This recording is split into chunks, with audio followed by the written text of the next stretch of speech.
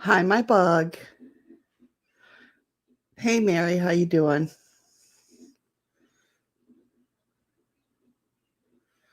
My bugaboo. I'm doing well, thank you, Mary. Hope you're doing well as well.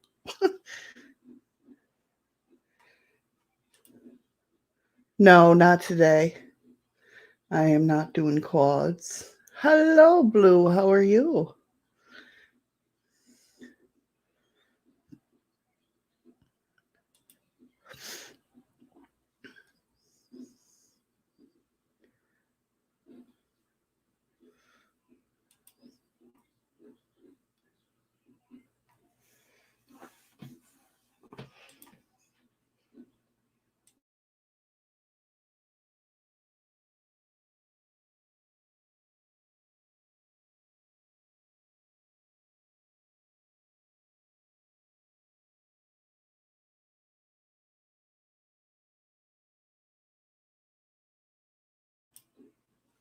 Hello, Eli.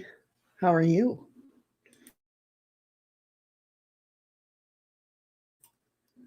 Thank you for the follow, Jay. JP42.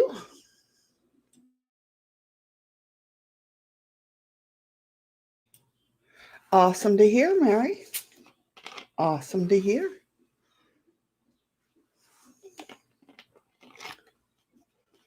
I'm doing good, thank you. A lot better, a lot better than I was.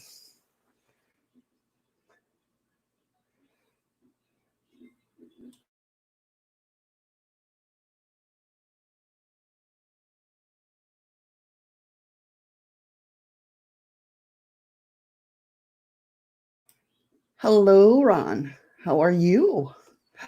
Ron's peeking out behind the trees. See? He knows it's cryptid talk.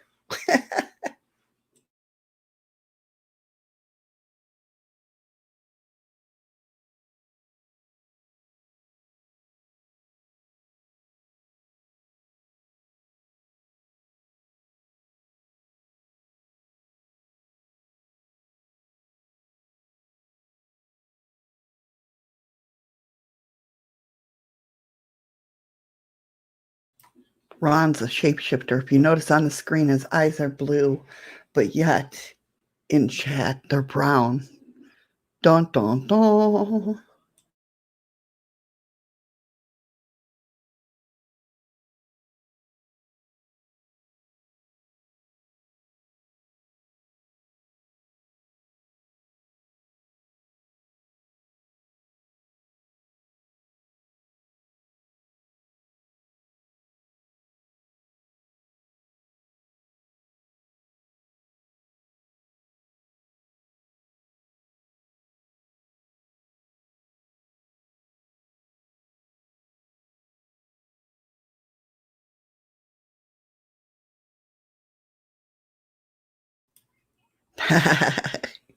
Okay, Mary, no worries.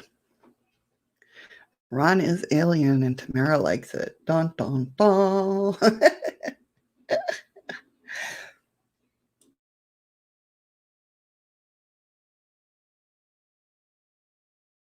I hope everybody's doing well. Sorry about yesterday. I was having back issues the night before. Didn't get much sleep, but I'm here now.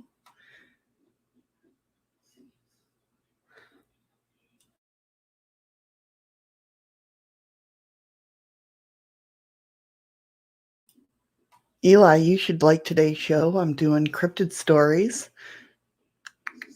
Yeah. Eli likes some scary stories.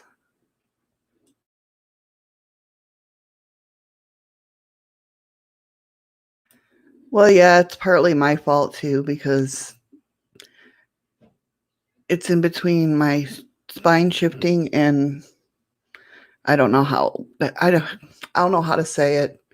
It's like clondiditis. I don't know. It's where the tissue. Hey Anton, thank you.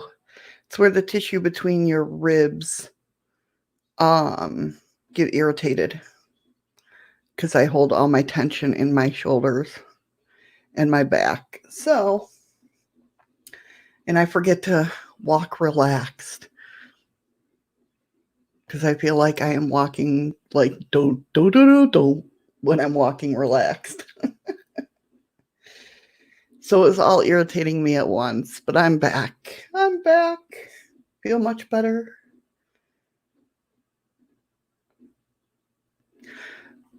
Probably, Eli. I wouldn't doubt it any.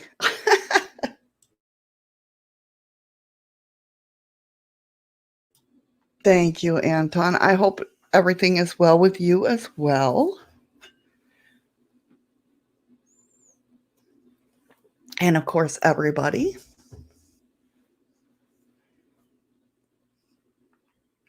Yeah, today we are talking stories, scary, spooky stories.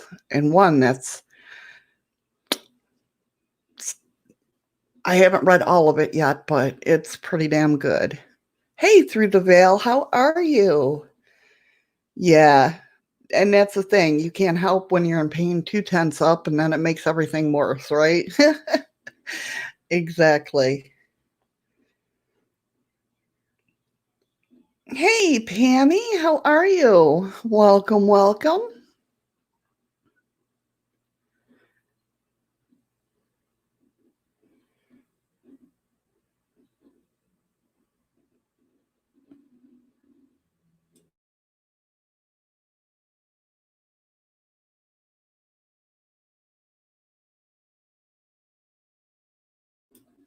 We got a few more minutes and then we'll get started. Yeah, get this party started. Get my notepad out in case anything comes up. You know how we do.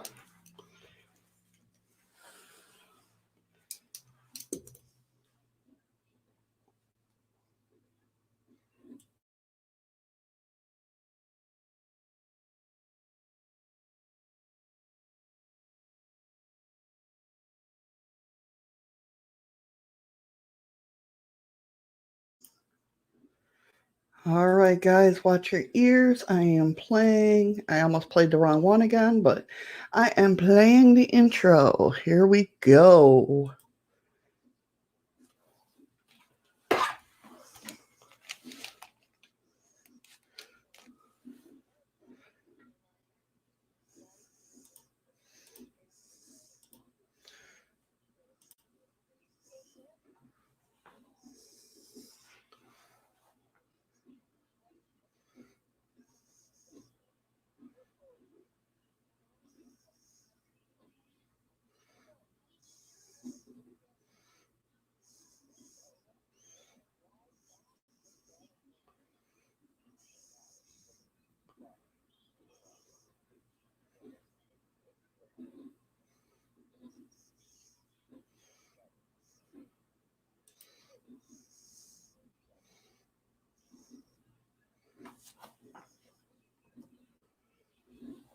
What's going on, guys? How you doing?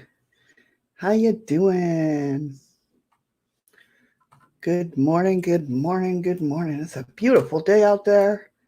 Beautiful day. Did you guys hear the intro? I don't know if it played or not. You know me.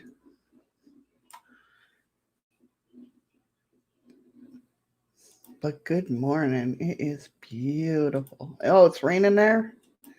That's not good. It's beautiful. It's sunny. Not so much I can't go out yet without a jacket, but it is nice out there. It didn't play? Gosh darn it. All right, hold on. Watch your ears. Try this again. Good morning, everyone. It is time for the Shadows of the Moon show. As always, we are live on YouTube, DLive, Facebook, Twitch, and Mixer under the same name, Shadows of the Moon. So if you haven't yet, come on over and join the conversation. It is What If Wednesdays, where we question cryptoids, UFOs, aliens, cover-ups, and everything under the sun. So, do we have our thinking caps on? If so, let's begin the ride down the rabbit hole. And now, coming to you live from Alaska, here's a woman that has been around many moons and has seen many shadows. Here is your host, Shadows of the Moon. Dun dun dun. See, I'm telling you. I miss a day and I don't know what the hell I'm doing anymore. How are you guys doing? Welcome, Blue. Welcome, Pammy. Through the Veil, Ron, Eli, Mary. Delta was in here for a quick second. She said hi, and then bye. She might be still here. I don't know. How is everybody?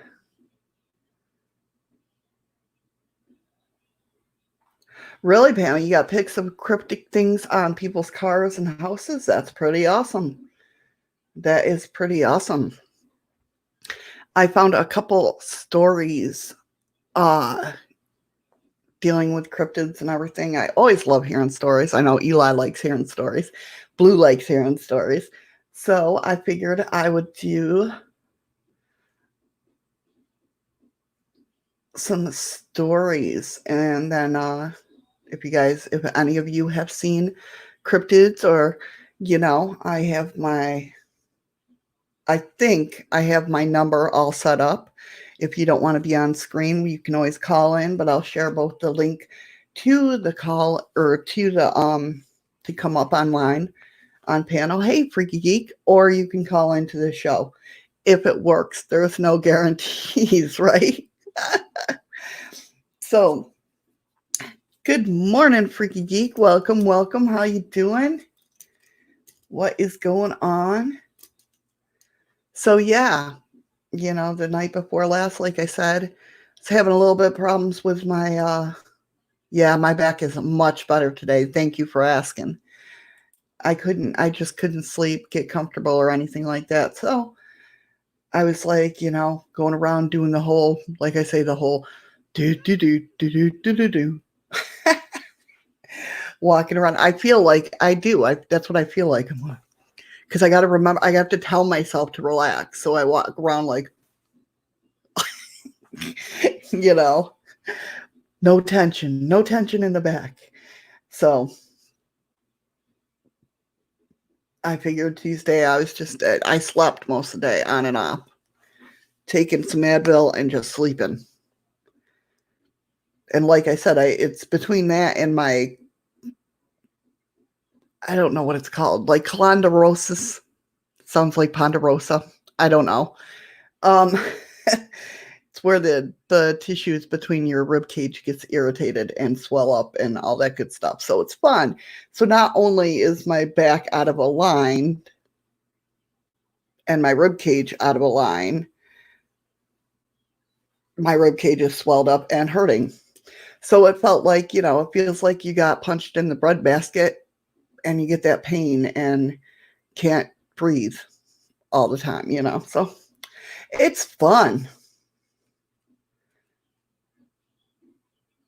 You buffering, Pammy? Is that what you mean? I'm sorry if it's not, and I just can't read.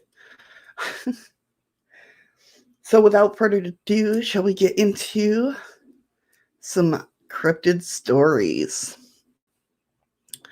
Most of them are coming from Reddit. I have a couple that's not from Reddit. This one happens to be from Freaklore. And it's called Unknown Dumpster Creature Seen in Neighborhood Area. Hey, Mike, how are you? Welcome, welcome. How you doing?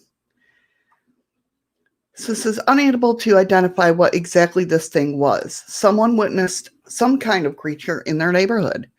They believe it isn't human, but something else entirely. In the neighborhood, they suspect that this creature lives somewhere around the lake area where they live. Around this location is a forest and likely somewhat remote. Certainly, this could be some kind of animal rummaging through the trash, looking for something to eat, or it might be another something yet to be known. As they spoke about this to others and later posted this information online, they didn't want to come across as being insane, which most people, oh, I'm sorry, you're buffering there, Pammy. Um, and that's how it is with most people. Nobody wants to talk about these things because they feel like they're crazy, right? As they, however, anytime people cannot see things for themselves, they most often become skeptical about it. Whatever this was, it scared them, and when they go outside now, they are often looking twice at what is around them. The anonymous person also commented about saying this thing is scary. It's scaring the living hell out of them. This allegedly happened at night and was quite dark outside.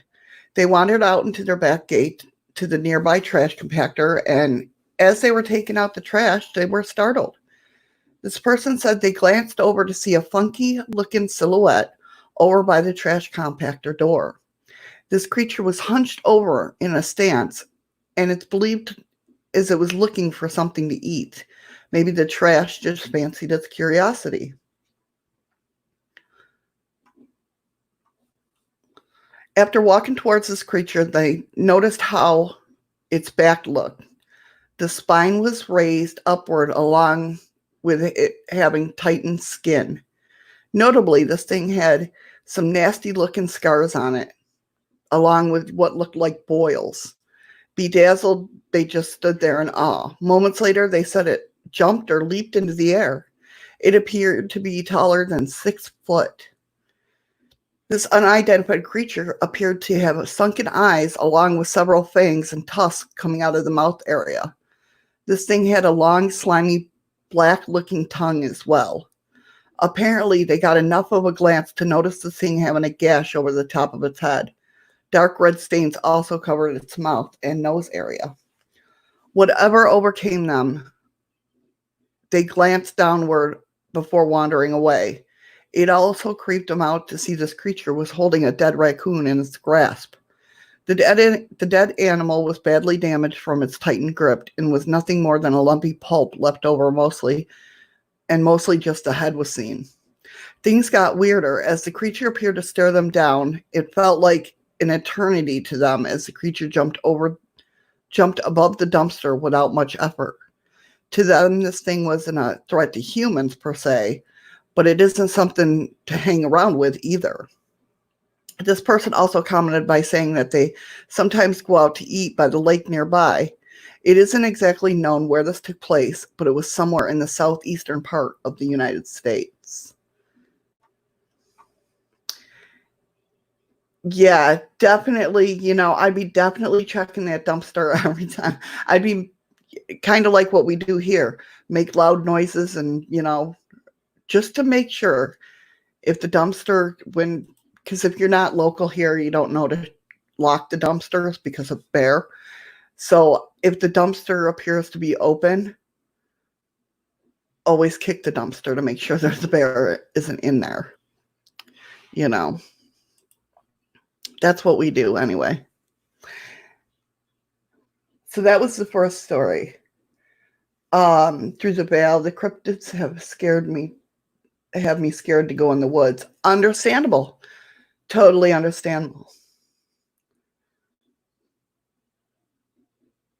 Oh, wow. That's wild, Pammy. Me too. No more outdoors. Yes, something burped in my mom's open window. Gosh, it was there for a long time. That's creepy, like especially when you don't know what the hell it is, right? And then you have to look at it the other way. Is when you do see something, it's who do you tell? You know what I mean? Who do you tell? Do you tell a cop, hey, I saw a big creature-like thing with a spine going, it was spiny going down its back, and they're going to look at you like, what? You know what I mean?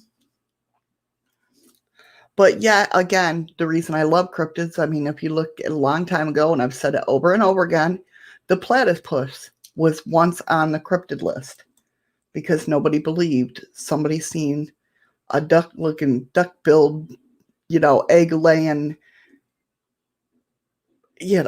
exactly. They think you done lost it. So, I mean, an egg-laying mammal, nobody believed that. And here we have the platypus here today that's normal. It's a normal creature to us.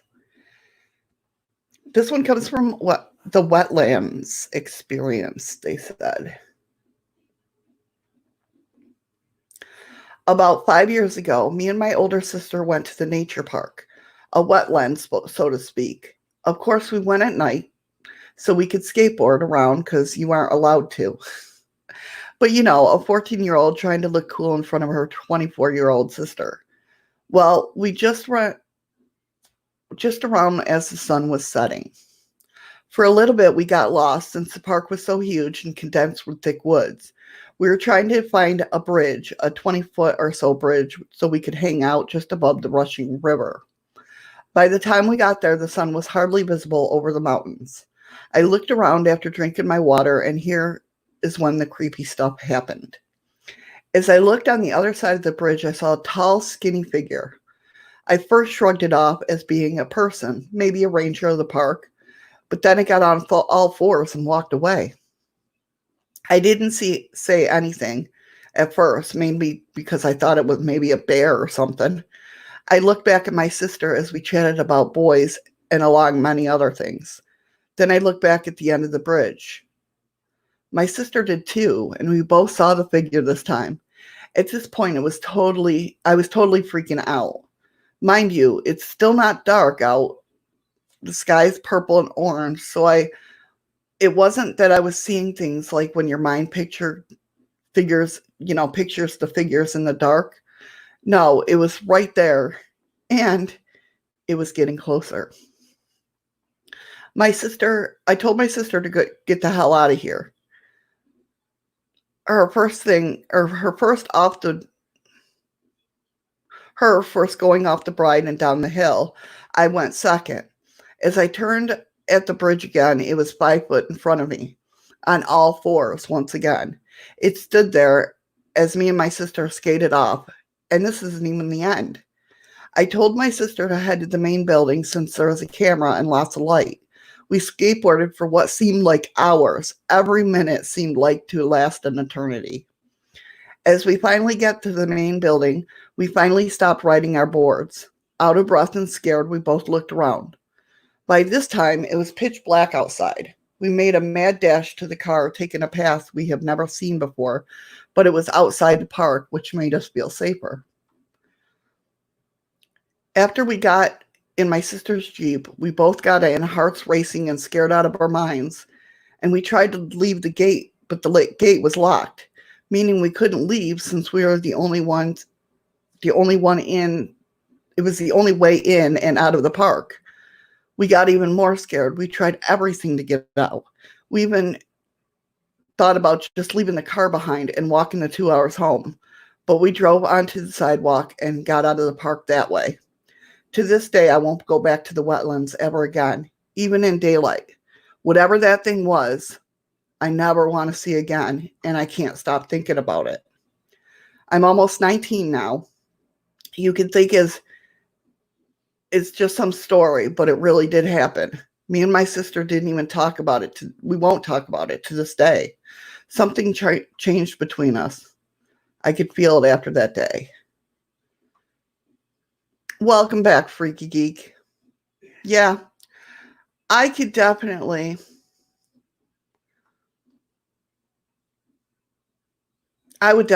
be scared. Not gonna lie. I would definitely be scared to go back there. I mean, although I probably would go back during the day to look for footprints, but that's just me. But I would also be taking a FLIR camera. You know what I mean? I would definitely be taking something to help me look. and see what's in there or what it was. I wonder if anybody, it doesn't say where it was, it just says wetlands. And that's what's hard about these, because it's like, it's nice to know. Yes, yeah, you're exactly, Freaky Geek. Don't forget to go back with more company. Yeah, definitely a couple people, so I can trip people in case it comes out, you know. um, but yeah, I would love to go back there and see like if there's footprints or whatnot. On to the next. This happened in Minnesota. Okay, all right. So through the veil, we'll sit back. Who's going with me? Through the veil's going to sit back and shine the night cam on us so she can capture everything in case something happens. Or she could see, the thing coming at her. Just in case. So this next story happened in Minnesota, in this person's backyard. It says, happened when I was living in Brainerd, Minnesota. I was at my parents' house smoking in the bottom of the hill. I was just chilling out for a while when I noticed a bear-sized creature hunched over. I could only see the outline of it because barely any light was coming through the front window from somewhere in the back of the house. I went, well, wait a minute. Wait a minute. I could only see the outline of it because barely any light, was coming through the front window, but somewhere in the back of the house. Okay. It didn't make sense. I was like, if you're smoking outside, what? Okay. Anyway, I went to turn my car on, I went to turn my car on quickly and my lights on. In 1 second or two, it stood on two legs, uncurled its arms. They were very long, and it ran. It was so fast, it was like a streak. I would always hear what I thought were deer running from the spot when I opened the door to go outside at night. Once I was tripping with my sister. Same spot, but I saw something white run as fast as hell. It just disappeared as fast as it went by. I chalked it up to being tripping until I looked over and my sister was literally crying. We couldn't have both imagined it. And multiple people said they see something white by the same tree line. I don't know if it's because I never walk in the dark. It didn't grab me. Once in the middle of the night, it was pitch black and I woke up. And a very low to the ground, I heard childlike laugh, but way too high pitched. And I asked my boyfriend if he was awake, and he said yes, he had woken up a couple seconds before and heard it too. I don't know if it's a separate thing, but I read they fill you with a sense of dread, and I was always terrified outside at night. Talking about, because this thread is on the crawler sightings. I've moved and I'm never scared. I'm never scared like that anymore. I think I just lost it, but I think it liked to watch me the most. Maybe because I was always out at night. I read they like negative energy, and I was in a bad relationship at the time, and I was dealing with the worst mental health of my life and postpartum on top of it. I hope it just wants energy because my family still lives there.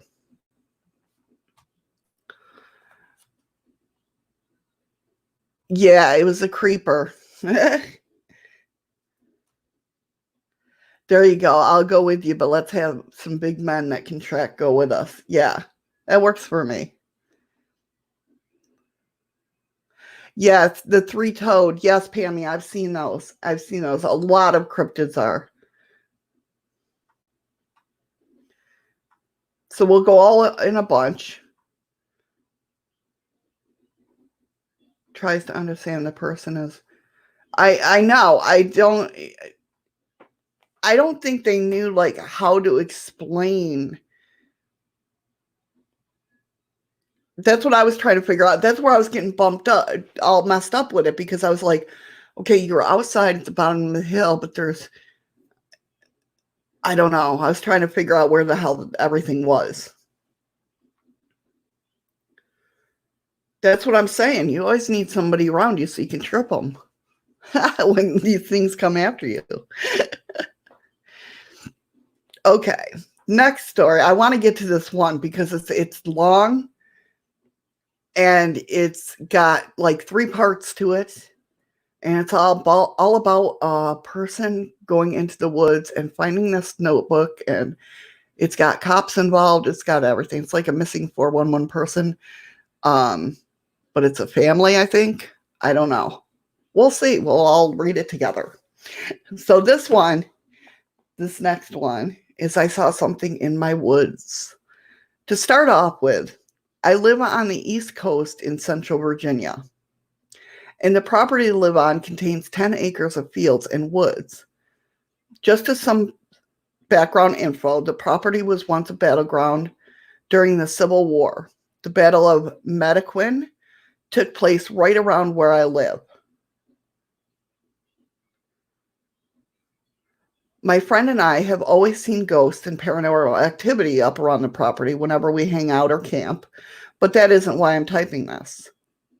I should probably mention that our campsite contains tarp roofs with pallets set up as walls. I should also mention that we always carry firearms with us in the woods, but I'm always enforceful about making sure nobody has any bullets chambered in their weapons unless they have a reason to shoot.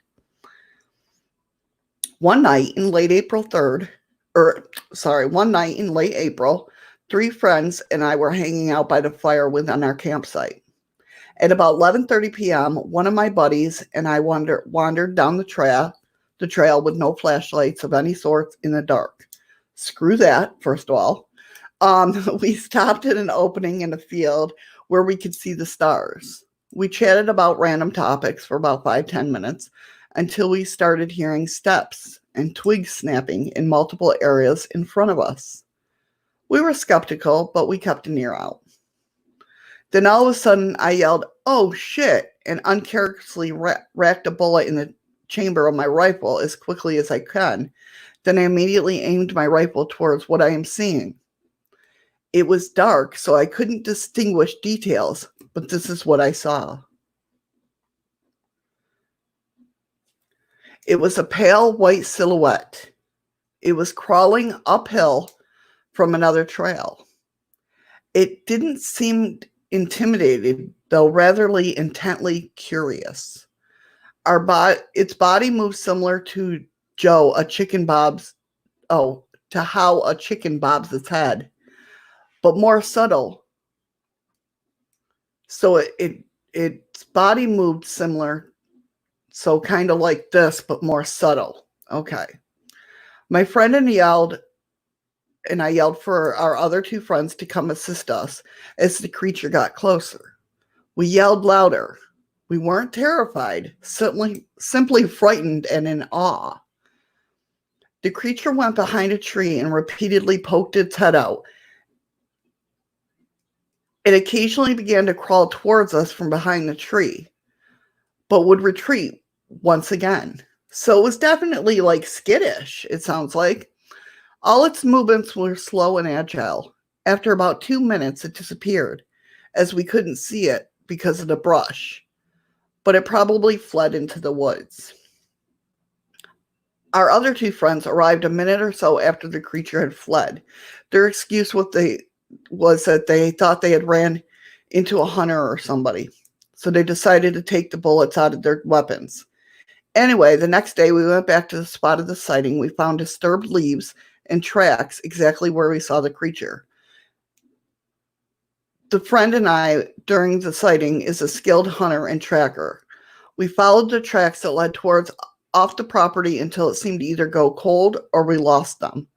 We did find a small-sized goat skull in the woods with no carcass to follow near the sighting area. Does anybody know what this could possibly be? The closest thing resembles what I can think of the rake creature. Nope, I'd let my Nikes do the running. I hear ya.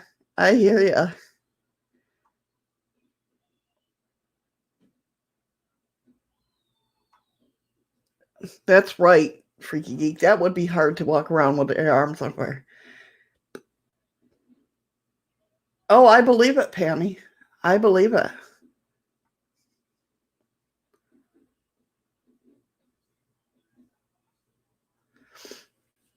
So yeah, that's what it sounds like to me too. The way that it crawls. But I've never seen. I don't know. I don't remember ever hearing a rake. Does everybody know what a rake is? If not, I will bring it up.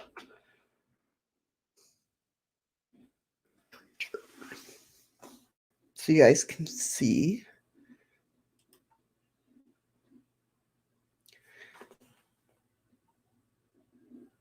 Let's go over here.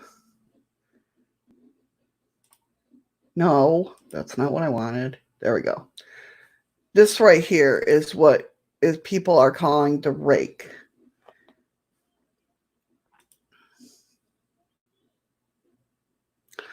I don't know because see, I take rakes along with like cave dwellers or cave people. Do you know what I mean? So I don't know to me if I I don't know what the hell that is. Oh, that looks like a possum. I take rakes as like that's creepy. Um as like the ones that live in the caves. You know what I mean?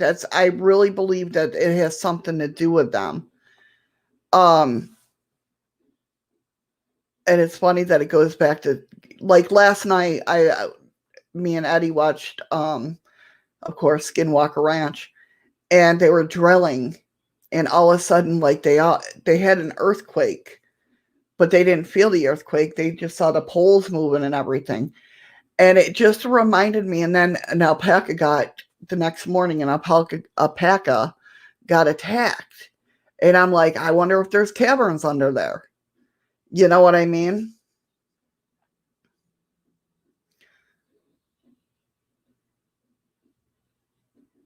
Some of them, Freaky Geek, definitely. I agree with you. I agree with you wholeheartedly. But when it comes to legend and lore, I think there's always a bit of truth in there, especially Slender Man. Is that what you mean, Freaky Geek? Slender Man? Yeah. I don't know. There's been stuff, but see, and this is where I think that we manifest things. I think we manifest things with our mind. Like nobody knew about the Slender Man years ago, right? But when the Slender Man came out, there was all of a sudden all these cryptid stories about the Slender Man, and you know, Enderman. There you go. Yeah, and people seeing Slender Man. So I believe that yeah, it's mass hysteria somewhat, but I think we are able to manifest that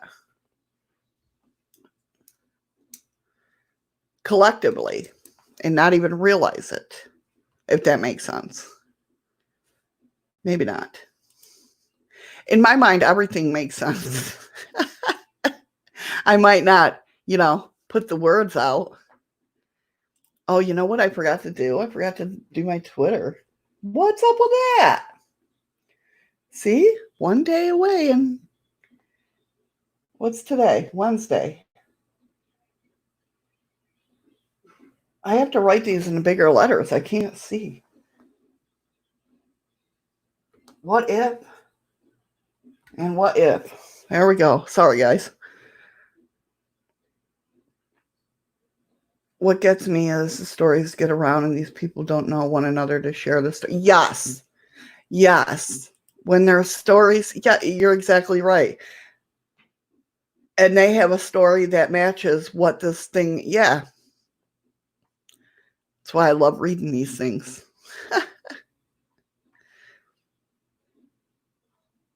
So this one is in Utah. Hey, Chrissy, how you doing, hon? This one happened in Utah. And like with the rakes out in Skinwalker Ranch, if that's what is out there or whatnot, whatever animals in there, I believe came from like the nuclear fallout from the testing when the radiation blew towards Skinwalker Ranch. I really believe that a lot of animals were deformed and there's still radiation in DNA. I don't know how that all works, but that's just my mind. No, unfortunately, it was yesterday, but I didn't get to do my show yesterday because I was hurting and I had to take a day off so I could sleep and take meds. So I'm so sorry, Chrissy.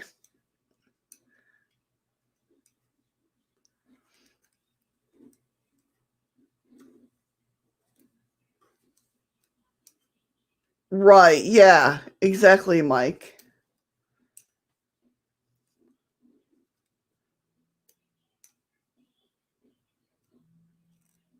Yeah, but Slenderman, wasn't it a video game at first? I mean, I know we have the Hat Man in the Shadow Realm.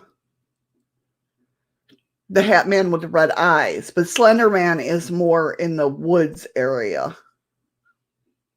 That's at least the stories that I've heard or the videos that I, have watched has always been Slenderman out in the wooded areas. And I have that game. Well, not I don't have that game, but I have what's it called? Haunted Memories that has to deal with that crap. That's why I haven't played it in over 8 years. No, it's been about 5 years, 6 years. I saw it in the middle of the road and it scared me. I don't jump scare at real ghosts. Well, sometimes I do. I get startled. But I don't get massively scared at ghosts, but yet put on a freaking video game and that jump scares and I'm all over the place. So anyway, this next story comes from Utah. It says Utah is a strange place. Before you read this, I'd like you to know that I'm not making this up. I've had 2 encounters in my lifetime, and both were equally as horrifying and worthy of telling. It may look like I wrote this like a story, but assure you, it is entirely true. Yes, you can choose not to believe. That's totally fine. I think people look at how I write and say it's fake. I'm just writing in a story the way is more comprehensive than just all over the place. And know what the people say is not word for word because this happened a long time ago. But please enjoy. It was mid-May when my family took a trip down to my uncle's farm in Utah, not far from Salt Lake City, about 90 miles, I'd say. The quiet area was remote and it was a ways away from the nearest town. When we arrived, it was about 3 o'clock in the afternoon and the sun was shining bright as ever. My uncle sat on the porch and waved to us as we pulled up in the front gate. We usually go down there every 2 years and stay for about a week or 2. It's pretty much the same back home in Michigan. The livestock, the fields, hot summers, it all feels like I'm home. At first, nothing seemed out of the usual. It was just your average 2-story farmhouse with a big barn and sprawling fields for miles. It was really pretty peaceful. I got out of the car and got my bags out of the back. My uncle lived in Utah his whole life, so he has a bit of an accent. "Hey there," he shouted from the chair on the porch. "Hey, Uncle Ron." Ron?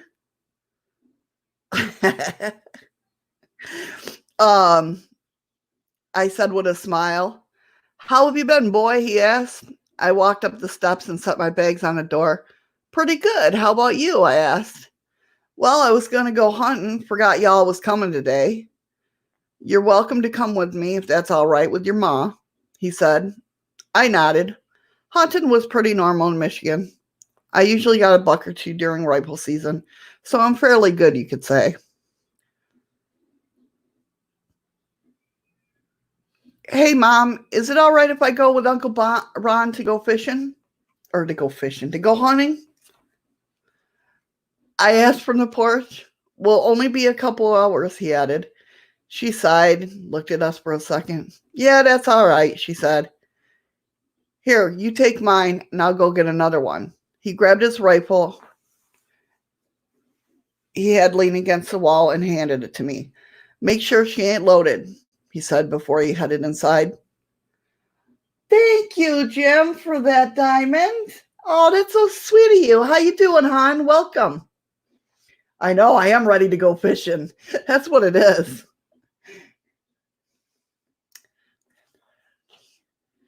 Thank you, Jim, so much. That's so nice of you. Thank you. I appreciate it.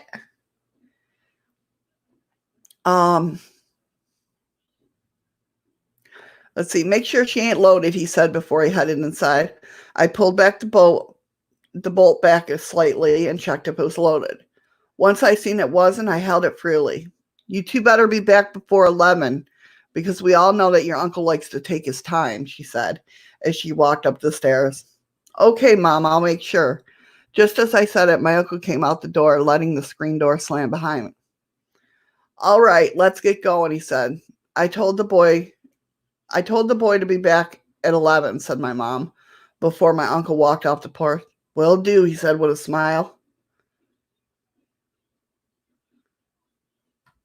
Gotcha, Jim. Yeah, that's good that you're busy. Oh, okay, Mike. Thank you for, okay. Gotcha, Mike. Yeah. Thank you for explaining that. I appreciate it. Um, Behind his house was I'm thinking it's supposed to say thicket, a woods. Had to be 100 acres. We entered the tree line, bright-eyed and bushy-tailed, ready to get ourselves a buck. We had a blind about a quarter mile in, so we had a little bit of a walk. And as we did, I felt eyes upon us. It was unnerving, but I didn't think much of it. Once we made it to his blind, we got inside and zipped up. The time out of the blind was very uneventful until about 9 p.m. The first thing we heard all day was scratching. Me and my uncle looked at each other and he whispered, "It's got to be a buck rub." Right as he said it, the scratching stopped and my uncle raised his gun. He looked out the hole of the blind, only to see nothing. Don't you think we should head back? I whispered. He checked his watch and said, yeah. We both got out of the blind and made our way back home. I felt eyes upon me again. This time I asked my uncle if he felt them too. It's probably just nothing, he said. I shook it up. So I shook it off and relaxed a little. We got back to the house around 9:30, right after the sun set. I walked up the steps into the house and walked in. My mom was at the table talking to my aunt and niece. She looked over at us and smiled. Hey guys, how was it? Uneventful, I said. My uncle walked in behind me. I'll take the gun, he said. I handed it to him and he walked upstairs. Go wash your hands. Your aunt made dinner, said Mom. So that's what I did. When I was done, I sat down as my uncle came down the stairs. What did you come back for? Asked my mom, looking at my uncle. What do you mean? You said you'd be back by 10. He said, no, I mean earlier. I heard you open the barn door. I looked out the window just as you went back into the woods. She said, confused. We didn't go into the barn. I said to her, and she looked at me with confusion. Huh? You didn't come back? No, we were in the blind the whole time, said my uncle. Then it hit me, the sudden realization that someone was out there watching us.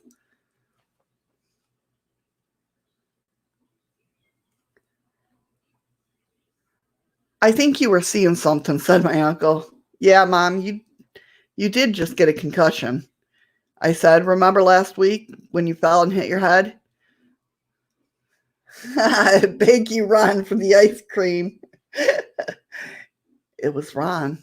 I'm telling you. Telling you.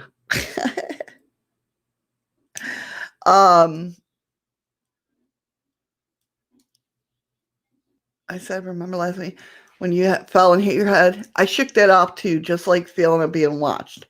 Maybe I chose not to believe it, so I wouldn't think that there was something actually out there with us.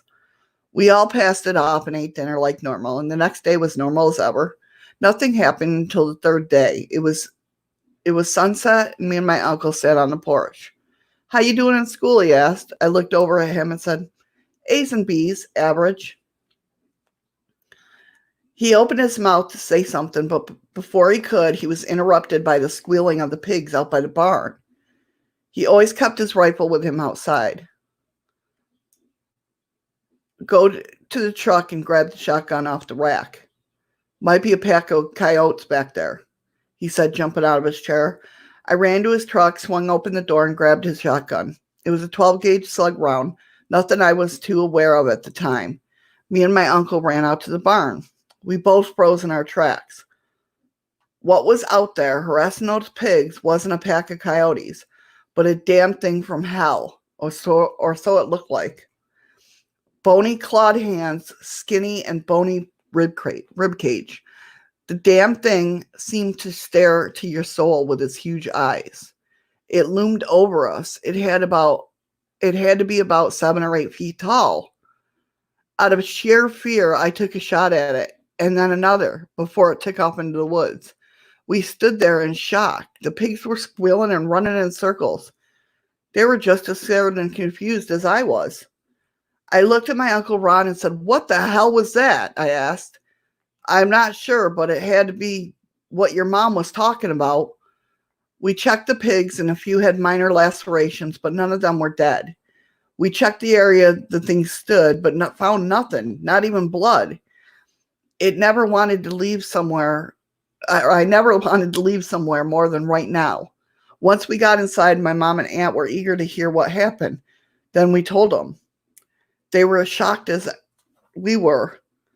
I had a hard time sleeping that night, feeling the same feelings of being watched. And the next day we left, only to be back to Utah a couple times. And my uncle hasn't seen anything out of the usual. But one thing's for sure, I will never forgive that night under the clear Utah stream. Or under the stream sky. Yeah, that would be creepy as hell. Not gonna lie. Not gonna lie.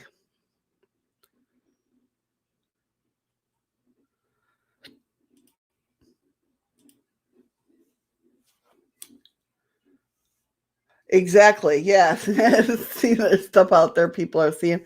I'm buying a bigger gun. Yeah, you ain't kidding. You know what I want? And I told my husband this. I don't know if there's a way to make it, but I want a gun, right? But I want a gun that I can, whatever is close to me, I can load that gun and shoot it. Do you know what I mean? If I'm in the kitchen and there's somebody coming through the door, I can shove knives and forks in it and shoot it off. Whatever, that's what I want. That's the type of gun that I want.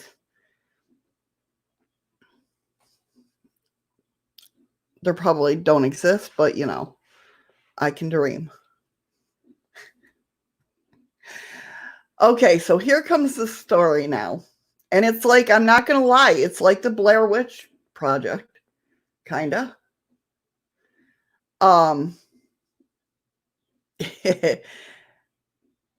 So it says, I found a notebook in an abandoned shed in the woods while camping. What it says is deeply disturbing. Since I've been camping for the past, and this has pictures in the notebook, and I'll show it. I don't even know what that is. I'm not a hunter, so I really don't know. I'm a fisher. I'm a fisher. So it's like, oh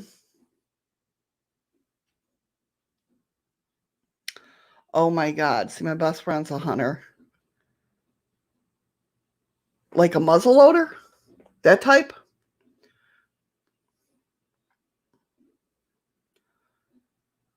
I had to think of what the hell her favorite gun was.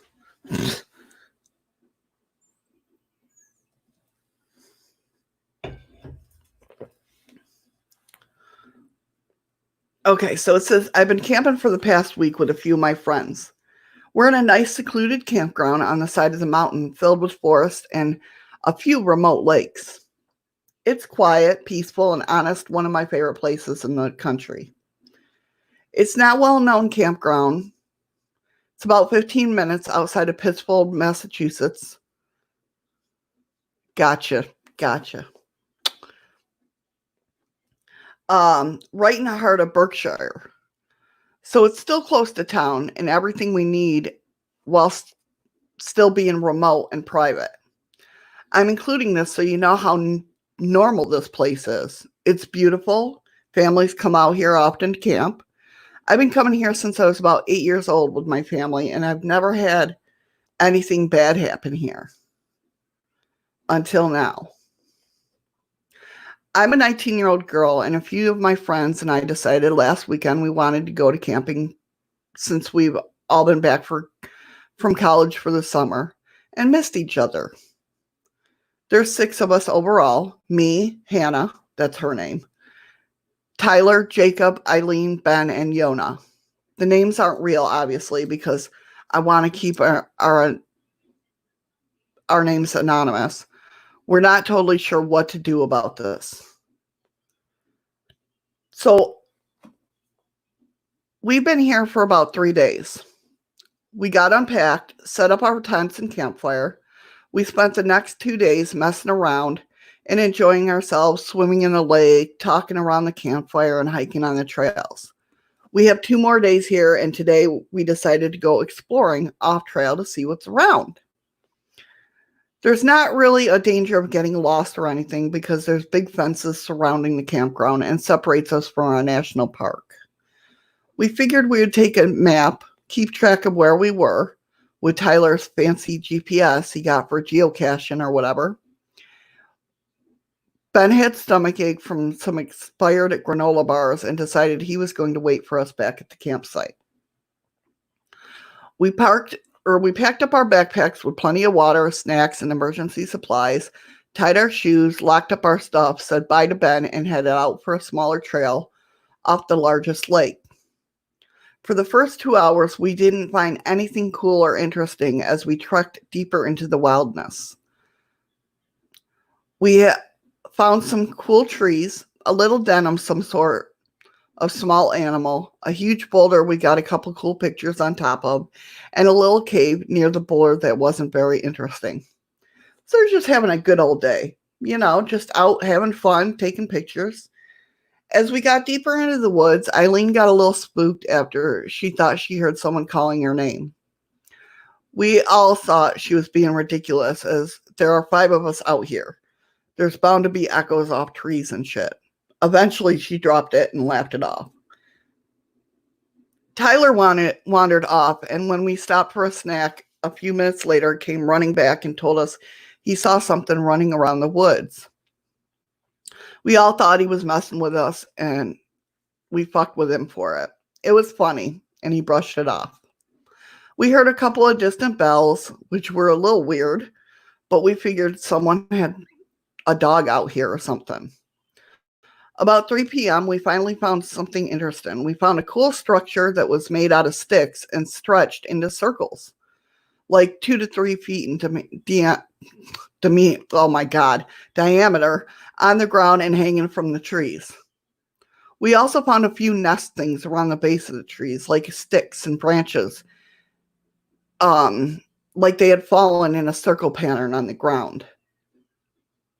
Eileen, of course, was freaked out and wanted to go back, but Jacob and Tyler had found some wood and stone step carved into the ground like they do for some hiking trails on the hills nearby.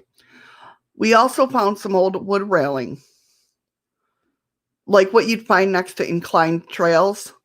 We figured it was part of an old hiking trail, and Eileen decided the weird stick things were from people who had found the old hiking trail, and we agreed, even though we weren't sure. We kept going, but it was probably to ease her mind. Look, it's just from people that used to hike here, That's something I would say. It's cool. It's cool. We kept going and eventually found the best and worst part of this trek. We found an old abandoned shed. Apologize for not having a picture of it, but we didn't bring our phones, only our satellite phones. We're not stupid. And my little Polaroid didn't have any more film. It was about 10 by 15 feet, so it's pretty big for a shed, but not big enough to be a house. Miles from anything and relatively well maintained. It wasn't like super old and decrepit ruins like we would expect to find. I guess it was part of an old abandoned trail, and we were excited to have found something cool and immediately went around to see what was inside. Hey, hiya, how you doing, hon? Welcome, welcome. I am having a good day, thank you so much. I hope you are as well. We found it was locked from the inside and the windows were nailed shut. Yona found one of the 3 windows only had one nail and it was sticking halfway out. So we pried the nail out and Tyler climbed inside to let us in. He clambered around inside, then unlocked the door with a bit of effort. The door swung open and he beamed at us. Proud of his work, we all clapped him on the back and came inside with him. Ah, fun. Now time to relax. Just home from work. It smelled terrible in there. A mix of rust, dead leaves, and something sour. We looked around and the boys turned their flashlights on since the windows didn't provide a lot of light.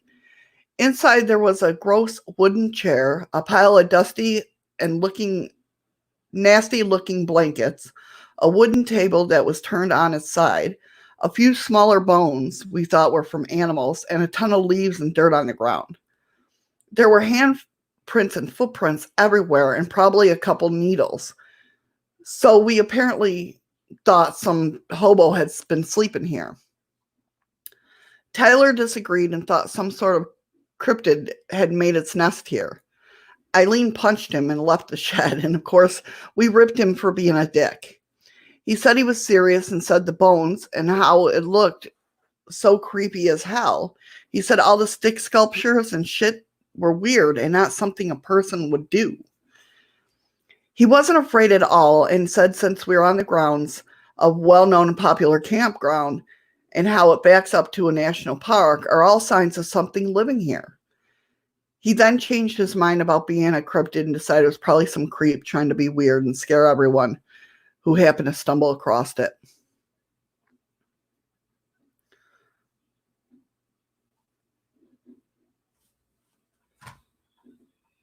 Making sure I didn't miss anybody. Then, okay, we continued to explore, still calling Tyler an asshole and joking about about harassing him to lighten the mood. We sifted through the blanket and leaves and found a few bare, half-burned candles, a used-up emergency flare, and a few burnt matches. Then I found the notebook. It was one of those mini composition notebooks you can find in any office supply store. It was dirty and scuffed and had frantic writing written inside. I called out to my friends and we started going through it. It was freaky as hell and read like a diary from a horror movie or something. We all got super freaked out and Jacob threw it at me. So we took it back to camp with us. As sitting there, we didn't feel safe going through it there. So we all got the hell out of the shed. We trucked 3.5 hours or 3+ hours back to the campsite, visited the bathrooms, and went back to hang out some more. It was about 7 to 8 p.m. when we all settled back at camp for dinner. Ben had gone into the town and gotten some food for us, so we quickly forgot about our adventure and enjoyed the rest of the night.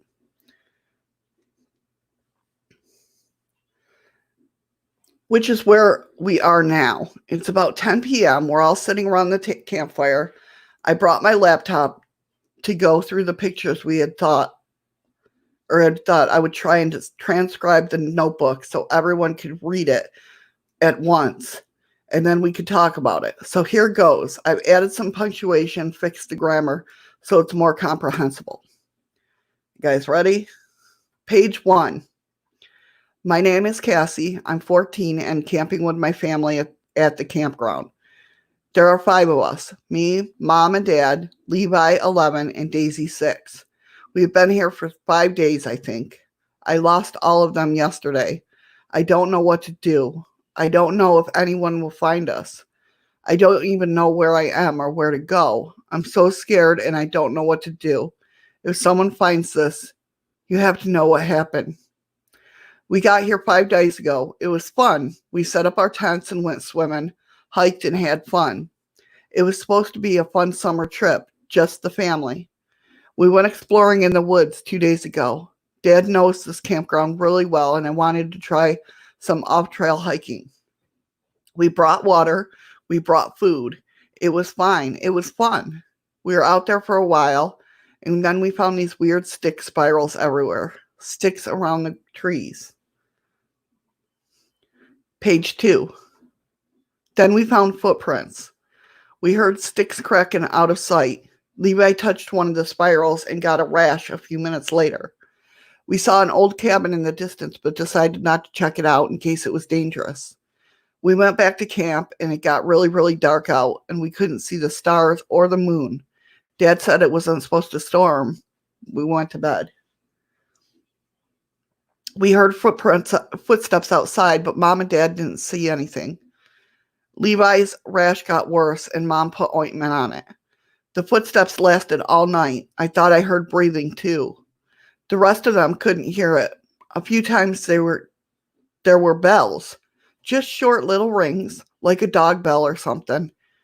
I went out to pee late that night. I saw a shape in the woods. I was so scared. It looked like a person in a hoodie. I told Mom and Dad went out with a flashlight but didn't see anything. Page 3. They said we could leave in the morning. The night lasted so long, none of us slept. The sun finally came up and we got up to pack our stuff. There were footprints all over the camp, in the gravel and the dirt. There were more stick spirals. Daisy started to cry, and Mom put her in the car. It was foggy out, like it usually is in the morning. The sky was overcast, and we took a while to pack up.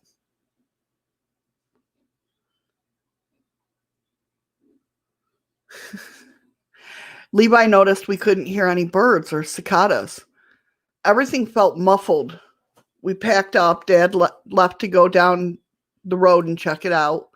He was gone for hours. Mom started to get scared. We tried calling the office and just got the busy signal. Daisy was crying. Levi and me went out to the lake a few feet away. We sat there for a few minutes. We said how weird it was and we just wanted to go home. We wondered where Dad was. Hey, Carrie, how you doing, hon? Thank you so much for the ice cream.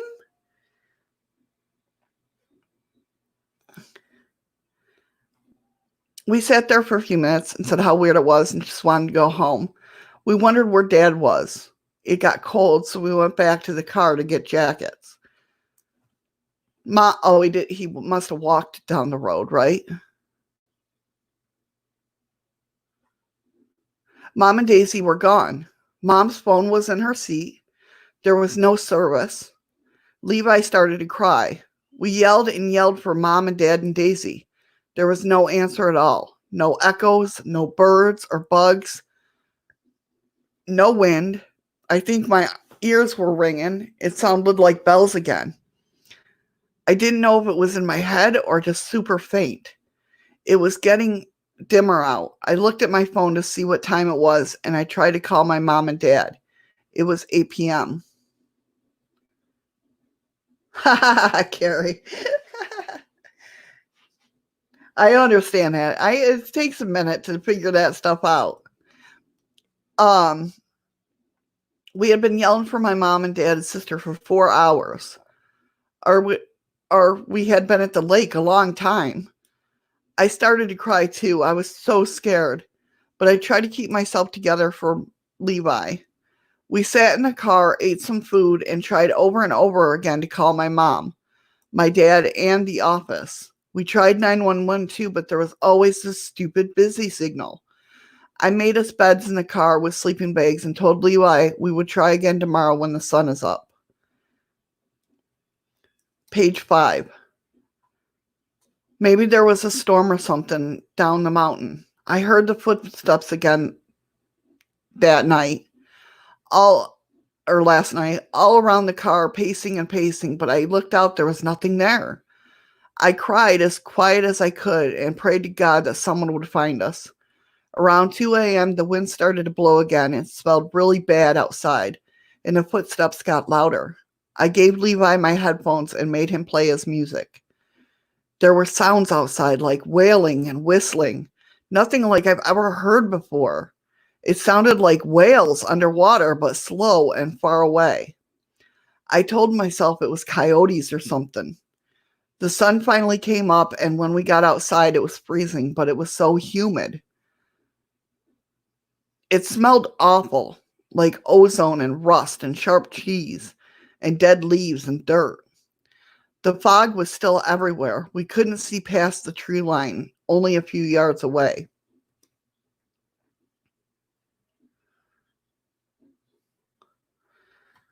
Yes, it is a long story, Freaky Geek. All this stuff I had put out, or page 6, sorry. All the stuff I had put outside for the car for us to sleep was gone. There were footprints in the gravel and dirt again around the car, and spirals were marked in the dust and the dirt on the side of the car and the dirt on the ground. Not just sticks anymore. I told Levi we were leaving. We put on our jackets and put some stuff on our backpacks. We started to walk down the path, to walk the 2 miles to the entrance and the office. We walked and walked. Levi was crying. I was scared. I was too scared to cry. I kept seeing someone out the corner of my eye, but I didn't tell Levi. We yelled for our mom and dad and Daisy. We yelled for help. We yelled that we were lost. No one heard us or said anything. It got foggier and foggier out. We couldn't see 10 feet in front of us. We kept our eyes on the road and down. I tried to play road trip games to keep Levi occupied.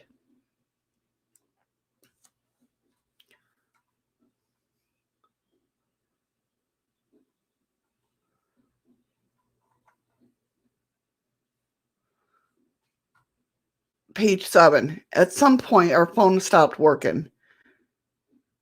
They stayed at, you know what? Let me do this. Oh, I can't. Well, I can, but it's going to be weird. Maybe. I'll show you,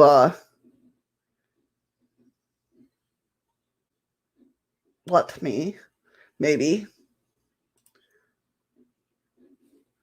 These are the notebooks,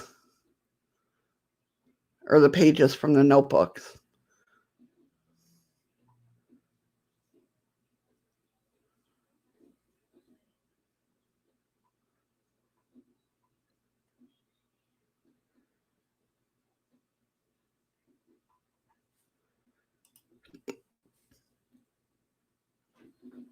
Yeah, Freaky Geek. They found this notebook while they were out exploring.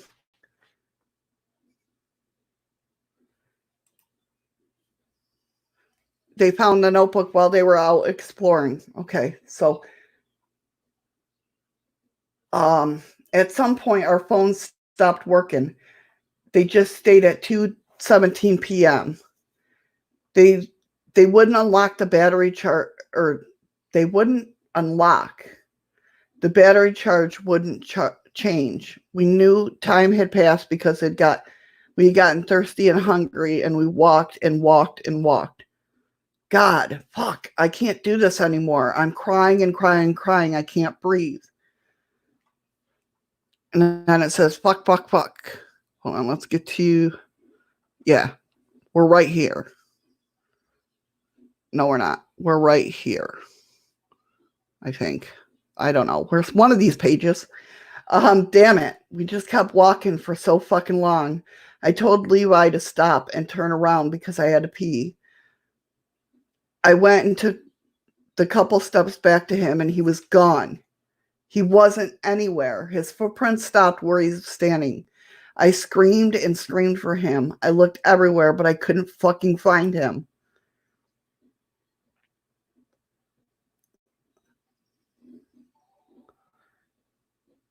Thank you for the follow, Jeremy Miller. How are you? Page 8, I lost him and I just run down the road. I cried and ran to where I thought would be people. The road turned into woods again and the fog started to clear just a few steps past the tree. I tried to look around, but it was just trees everywhere, as far as I could possibly see. I had just taken a few steps into the trees, but it was just trees everywhere. It was like it had been teleported. So I just started walking again. It started to get dark. I was walking for hours. My feet hurt and I know I had blisters. My back hurt and my face is now raw. It got dark. The sky turned purple like sunset behind the clouds. I heard the sticks snapping again. The air was still cold and unbearably humid. It was dusk and fuck, I was right back to where we were 2 days ago. The stick spirals, the bent trees, and I saw the cabin again. Page 9. This time I went in and hoped that some sort of crazy realistic nightmare or prank or just something, and this was familiar. The door was open and there was a table and chair inside and leaves everywhere and dirt and stuff. I locked the door, sat down, and got this notebook out of my backpack. I turned on my flashlight. There wasn't enough light outside. I didn't know what to do, so I started writing. I had a few candles and a flare in my backpack, so I lit the candles. It never got any darker outside, but it's dark in here. I can hear the footsteps again. I don't even know if I'm scared anymore. I'm just tired and I want my mom. I want my dad, and it's not fair. Page 10. Scribbles.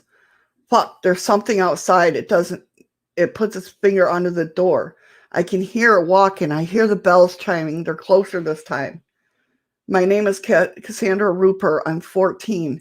My mother is Elaine Rupert. My father is Kevin Rupert. My brother is Leroy Rupert. My sister is Daisy Rupert.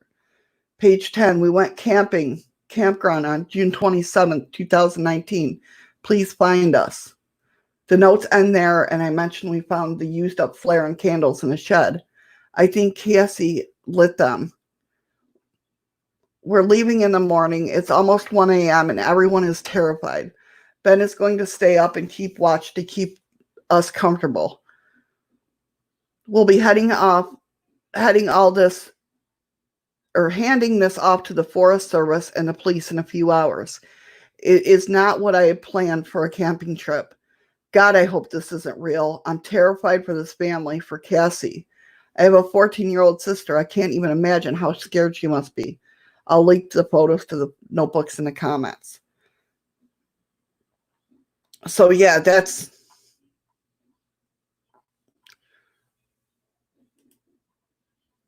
pretty freaky, right? Welcome back, Eli. Okay, let me stop. Hold on. Let me stop sharing. There we go. So I can get this back over here. Where am I going?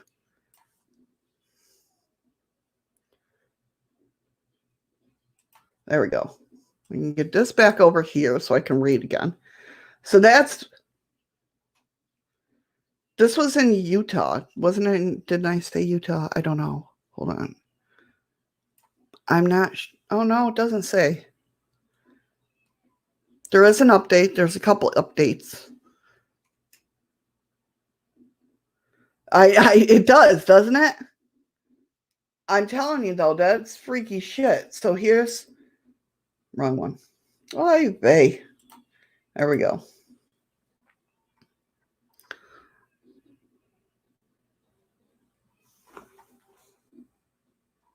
The people that were camping. This is the people that are updating. Hey, you never know, Eli.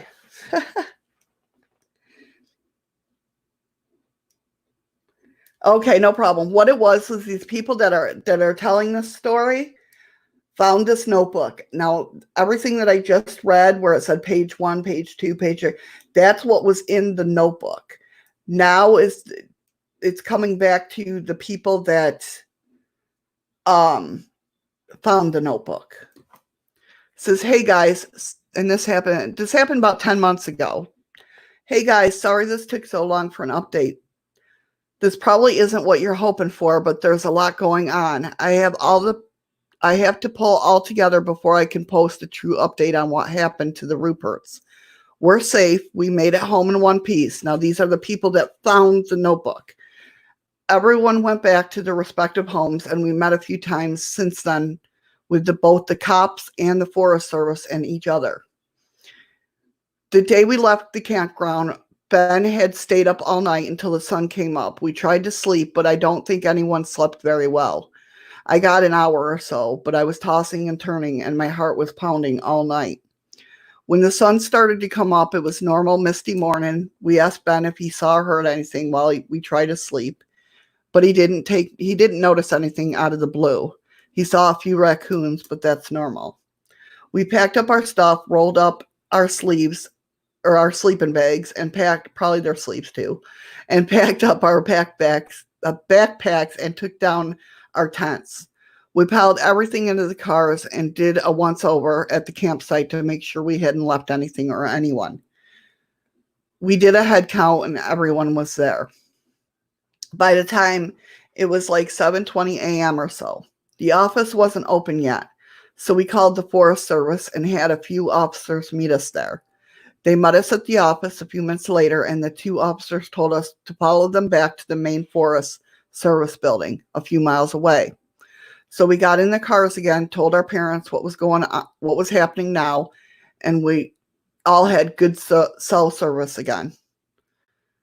We got to the main Forest Service building and got out of our cars. The officers led us inside and back to a room with a few tables and chairs and a whiteboard. The officers set us down and had one of us tell the short version of what happened and what we found. Have a good day, Freaky Geek. Yona volunteered and told them what we knew. We had gone into the woods to hike off trail and then found these weird stick spirals and sculptures. Then we found the abandoned shed and the shit we found inside. The matches, the flares, the blankets, and the notebook. We took them what we read and what we think happened.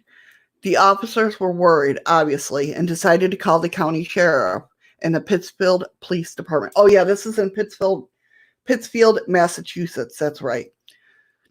So while we got out of here, the two officers grabbed a few more people and asked if we would be willing to show them where the shed was.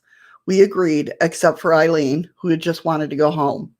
So she went home, and the Forest Service called our parents to tell them what was happening and told the cops that we were doing what we were doing so they could meet us out there.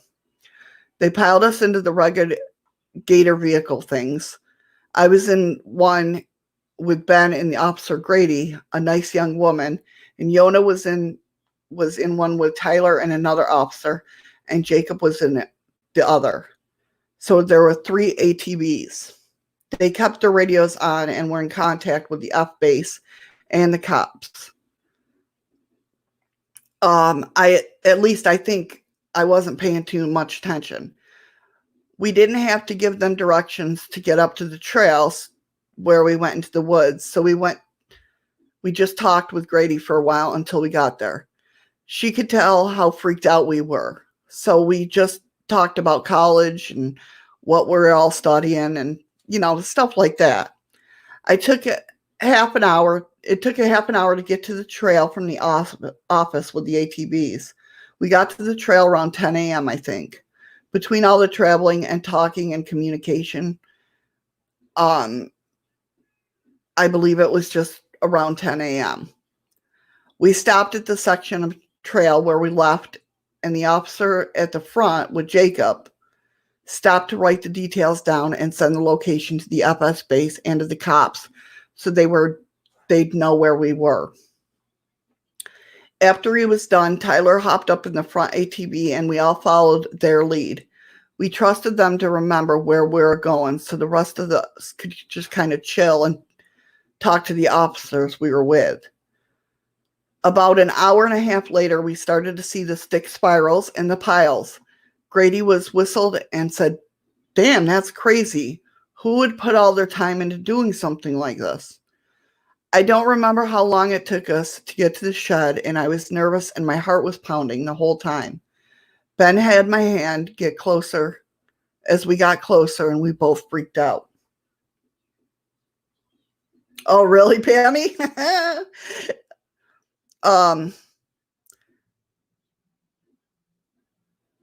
I don't remember how long it took it to. Oh yeah, Ben had my hand as we got close because we both freaked out. As we crested the ridge, we could see the shape. The radio buzzed as the officer in the front, Officer Skagway, I think his name was, asked us all if that was it. Grady looked at Ben and I, and we both said yes. Officer Skagway got our confirmation, and we kept going. We got up to the shed, and the ATVs pulled around. It didn't look as scary as I remember. I think the notebook and my own apprehension made it to be worse in my memory. The officers all got out of the ATVs and told us to stay in the carts. We absolutely agreed and stayed where we were. We went in and poked around. They went in and poked around for a few minutes while we waited. Ben and I talked about what we both thought they were doing and what we thought would happen. He tried to keep light, but we were both freaked out, which is understandable. I mean, God, if you just found a notebook and eventually the officers came out and Officer Skagway grabbed his radio again. He called the FS base and the cops and told them our exact location and what was around and how to get there. Then he told us to go back to the base and wait to give our statements. So we all piled back in the carts and went back to the base. It took us a few hours to get back, so I think we got back around 3 p.m. I was exhausted by the time we got there. Our parents were there, and we met by a few FS officers and a few police officers. My memory gets fuzzy here because I was really just so tired, but I'll try and get everything right. They took us back into a room with tables and chairs and sat us all down.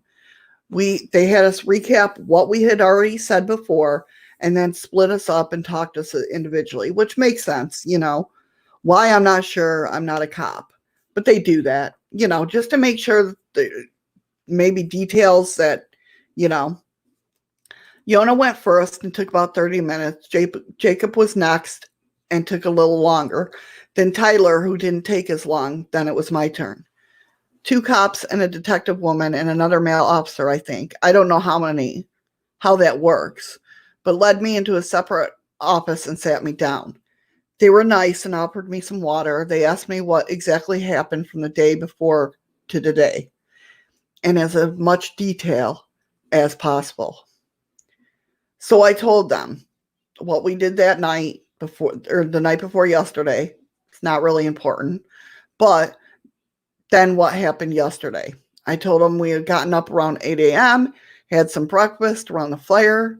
A few of us went to the bathrooms for a shower. I stayed as I had showered the night before and hung out with the 2 that was left. The 3 that was left, sorry. Yona, Jacob, and Ben. We goofed around and teased Ben for not feeling well. He brought some homemade granola bars that looked nasty and only he ate. The others got back around 9:30 a.m. and we talked about what we wanted to do. We decided on off trail hiking because Tyler brought his fancy GPS and we wanted to try it out. So we packed up and headed out. You guys already know what happens next, so I won't go into detail here. But we went into the woods, hiked, found the shed, and came back. We got back around 8 p.m., unpacked our stuff. Ben came back a few minutes after you got some sandwiches and a few things to cook over the fire, hot dogs, marshmallows, etc. We goofed around and decided to take a better look at the notebook. So I grabbed a lantern and my laptop and got to decoding. I took pictures in the notebook and started to write down everything. I was really nervous the whole time and really scared that it was real. It didn't seem fake, which was what bothered me. I sent the finished documents to everyone so we could all read at the same time. We were all thoroughly spooked now. So we talked about it as if it was real and what we were going to do because it's super fucking freaky and it started at night. We determined if anyone had touched anything or messed with anything, and no one had, thank God. So we all freaked out, as said. So Ben volunteered to stay up and watch us. And then we would pack up and leave as soon as the sun came up, and that's what we did. The cops thanked me for my time and assured me that they would look into it, and if it was real, do everything in their power to find this family. They led me out to my friends, and then Ben was last. After we were all thoroughly interrogated, they took all of our information in a case they needed to further contact. Then we went home. I passed out and slept all night, only waking up the next morning when Detective Yelchin called me to give me an update, as I asked him to be kept, or asked them for me to be kept in a loop. Hi, Hannah. This is Detective Carol Yelchin. Are you doing all right? Hi, Detective. I'm doing okay. Just catching up on sleep, I said. She said, good. I was worried about you guys, she began. I got an update on the Rupert family. I can't tell you much, but they are indeed missing, and we are currently putting together a search party to look for them. Federal investigators are getting involved with this and the Forest Service, and we are doing everything we can to find them. God, this is so awful. Thank you for letting me know. And that was that. I'm putting together a more complete update with news articles and what the police said and what's happening, and it should be out tomorrow. All I can say for now is that they haven't been found yet, but there's hope that there will be soon and that they're still alive. They found a few leads, but that's about it. Stay safe out there, guys. Stay tuned, and I'll get back to you soon. Some creepy shit.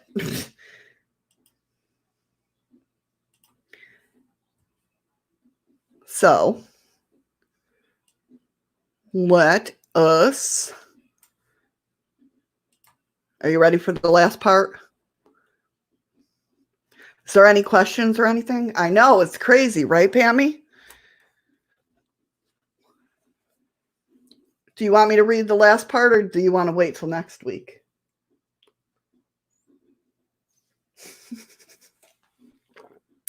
What do you guys think? Are you guys still interested, or is anybody still out there?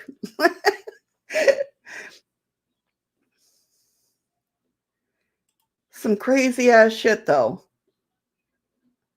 Some crazy, crazy stuff going on there.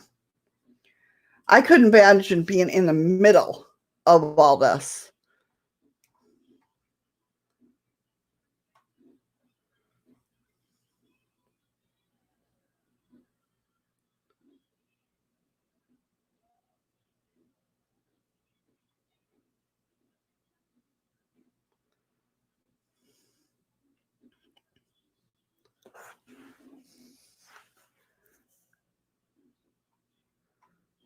Hi, Lisa. How are you, hon? Mike's like, yes, I'm still here. It's not fake, I'll tell you that, as far as I know.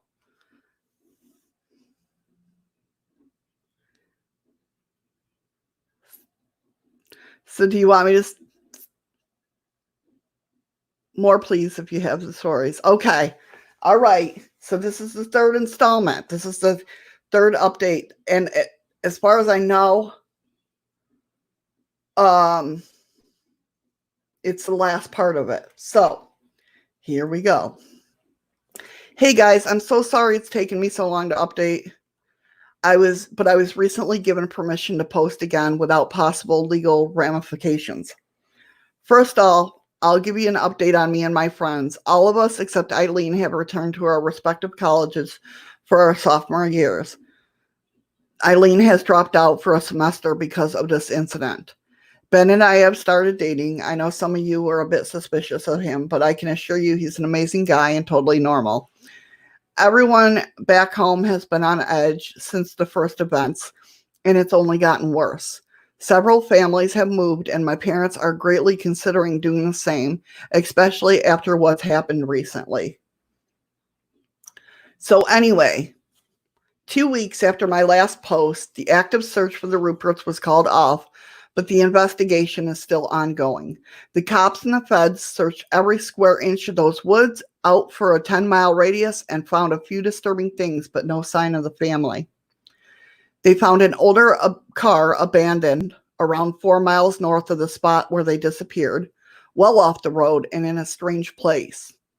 It had been there for several years, but it was a newer model, which was extremely strange. It also had a tree growing through the middle of it, as a car had just phased into the tree. A few days after the report was released, a few boys, who I won't name, from a neighboring town decided to trek into the woods to see the car for themselves. And you guessed it, they didn't come back. The parents were frantic, and new search was put together, and they combed every inch of the woods again. They didn't find anything until they got within the 4-mile radius of where the Ruperts originally disappeared. They found one of those fucking spirals, the biggest one being 10 foot in diameter. 10 feet. They didn't find anything until, they were found what looked to be human hair braided through the twigs and branches. And I should add, none of the twigs or branches were bent or cracked like what usually happens when you bend it. It was all generally sloping like it's the way it was grown. So they tested the hairs and found it was from 5 different people, 2 unknown and 3 belonging to the missing boys. There was a panic. People were terrified and had no idea what to think. I didn't even know what to think at the time. I was still at home, but I hadn't left the town's limits. I'm not superstitious. I can't even say that I'm all religious. I tend to try and think practically and logically. But this had me stumped. I don't think people could have done this. But if not people, then what? There were so many people involved in the investigation. A curfew was set after the hair was tested, at least for people under 21. My friends and I were terrified something would happen to us all. After all, we had been in those goddamn woods, and was whatever doing this there too? Did it remember? I'm going to see if there's one posted. Mike. Things died down a bit after that. It was the authorities had set up a perimeter around the scary area and didn't let anyone through. Obviously, the campground was shut down and the national park closed until the investigation could be finished. They combed the area, I think, once a day looking for anything. Yeah, the hair was braided together, Pammy. Then they discovered a cave system near the old shed. See, that's the freaking caves. Damn it. They said it had been revealed after some storms passing through the area. The dirt was moved or something, but I don't think it had ever been there until now. It wasn't deep or large, but a bit convoluted and labyrinth-like. So they brought in oh my God, those people, teams to study it. They didn't realize this part officially, or they didn't release this part officially. Detective Yelchin told me this personally, but they said it was like unlike anything they had ever seen. There was some sort of magnet interference or gravity, something or other. Time didn't flow right when they were in there. They couldn't get a read on the compasses. Their equipment would spaz out every once in a while, like they felt like they never felt like they were safe there. Sorry that I'm stuttering so much. It's reminding me of what they were finding on Skinwalker Ranch. They interviewed us again and again, asking us the same questions over and over as they expected to hear different answers. We told them the same thing every time: what we saw, what we went through, and what happened. A few pets went missing in the subsequent weeks, And then another person went missing, but she came back. I'll call her Leah. She was a bit of a vagrant in her early 20s from not so nice part of town. Somehow she got past the blockade while drunk and disappeared, and her boyfriend reported her missing. She had her phone on her, and they were able to track the last ping of her entrance to the entrance of the cave. The search was renewed, this time with another place to look, even though they even brought in some sort of fancy heart-seeking thing in a helicopter. They used this because they knew she was still alive, as her phone would move every once in a while.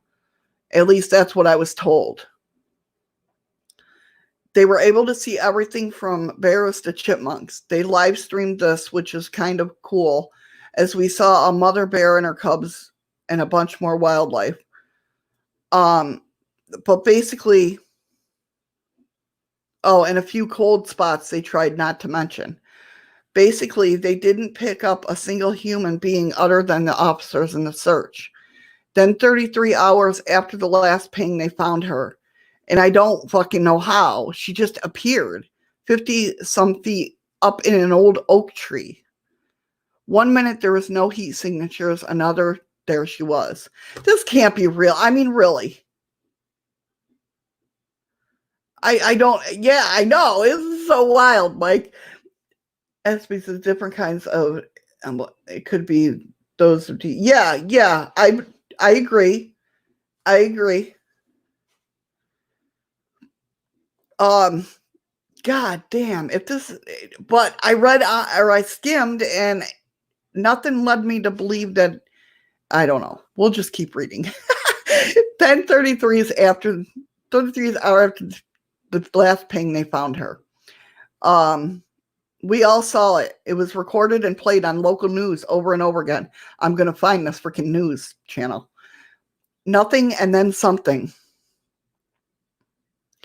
I can put it in, I will put it in the link, or the link in the chat. So they brought her back and seemed like she was complete catatonic for a few days. No one saw her or heard from her. No updates until she just woke up. She couldn't remember a thing. She said she was drunk. She wandered away from the bar and passed out in the woods, waking up in the hospital. She had no idea that she had been gone for 2 whole weeks. This is true, Pammy. That's true. Look how planes disappear. And the weird thing is she's perfectly healthy. She had food in her stomach. Even her blood alcohol content was still high, as it would have been if she had been gone for a day, not 15. As if Leah had slipped out of time and just returned 15 days later. The whole town just tried to get back to normal. A few weeks passed. We all left to go back to college. Life started to get back to normal. Ben and I started dating. I guess bonding over shared trauma. All the friends who experienced this were definitely all closer. We dove into our studies, and the anxiety of our summer started to fade away. This is the worst part. God, I can barely even bring myself to write this. Fuck. I'm nauseous just thinking about it. They found Cassie Rupert. They officially said that her body was found. They didn't say in what condition, but Detective Yelchin told me the truth, off record, and I was never told to tell anyone, but I just couldn't. They found her, fused, in a tree. Her body was fresh. She hadn't been dead for long. Half of her body was just inside the tree. Not in a hole, not in a groove, like she just phased through the wood, like the tree had absorbed her. I couldn't bring myself to look into the pictures. A few of my friends did. We're on a group Skype call. I couldn't look at the fucking screen. I couldn't do it. I heard the sounds of Jacob vomiting and Yona screaming. I couldn't do it. Ben started to cry. He was with me. He said later he described what she looked like, but I didn't want to hear it. But I didn't want to hear it, but he needed to process it. She had tear streaks down her dirty face. There were scratch marks on the tree, like she had tried to get out of it. Her nails were bloody and raw. She had died terrified, stuck in that horrible place. Fuck, I can't even think about it without crying. Just knowing what happened to her, hoping that she could make it out and ending up as horrible as that. The town held a vigil for the family. I wasn't there. I couldn't go back. The official report was that she died of exposure several weeks ago. No, recently. Not in that fucking way. They found traces of the rest of her family, a jawbone from her mom in the cave, another one from those spirals, small, maybe only 3 feet in diameter, with her hair of the youngest girl braided in the twigs. Her baby teeth decorated the ring, intertwined with the hair in the wood. She was 6 years old. You're welcome, Lisa. They found traces of the rest of the family. Oh, I just read that. Traces of blood and bile and fecal matter in the cave, like to see her father. Bloody scratch marks all over the cave, bloody teeth at the base of the stalactites, some unknown hair from some unknown animal stuck in a bloody shirt. They found these within a few weeks. I don't think they ever found the trace of the little boy. I don't think I would want to know if they did. Eileen and her parents moved to Connecticut to get away. I think she was affected the most by all of this. She never wanted to talk about it with any of us and had a hard time leaving the house back in the summer. They kept finding more strange things in the goddamn woods. They found a set of stairs, like the staircase in a house with carpet and everything. They had no idea how that could have gotten out there. They tried to keep quiet. I think I've heard of this. Now that this shit's saying this, I think I've heard of this. They found they tried to keep quiet, but we heard. They said it must have been some sort of sick prank. They found more of those spirals in varying sizes, some of those small as 3 inches and some as large as 8 feet. They found scratch marks on trees that didn't belong to any animal native to the area. Some people reporting seeing lights out in the woods late at night, but with time, things started to settle down. There was a long stretch when nothing abnormal happened. They eventually pulled on extra patrols and officers, but kept the area cordoned off and monitored. So no one is allowed up there without express permission and supervision. Nothing else has come out since late October. Now I'm just trying to recover. I have nightmares all the time from this. I keep seeing Cassie screaming without making noise, crying and scratching at the tree she so desperately wanted to escape from. Her little sister alone in the woods, shadows moving around here and whispering horrible things. I keep dreaming of one of my friends in that cabin, scared and alone, or my mom, or my little sister, or their teeth being discovered in the leaves, their hair being braided into those spirals, or myself being transformed into some horrible monster. I've been going to therapy. It took me a while to find one who would believe me. Ben has been helpful. Sometimes he'll have nightmares that wake him up screaming, and I'm not always there to comfort him. Sometimes my sister will call me in the middle of the night because she dreamt I was trapped in those woods. I'm going to ask my family if we can relocate, maybe closer to Boston where there are less woods. This ordeal has changed my life. It's made my mind more open to unknowable things. The world is much bigger than we thought. There are things that we just can't and don't understand. There are things out there we should be afraid of. I don't think humans are atop of the food chain. And I don't think we should pretend we are. We are as temporary and vulnerable as anything else. Be careful out there, guys. Be safe. Thank you all for supporting me, and I'll update you if anything else happens. I hope I don't have to. All my love, Hannah. And that's it.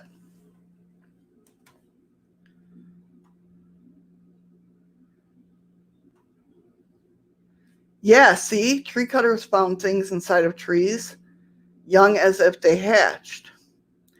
Ron said woods cutters found a woman and a dog dead in a tree. Let me look those up. Let's see. What would I search, guys?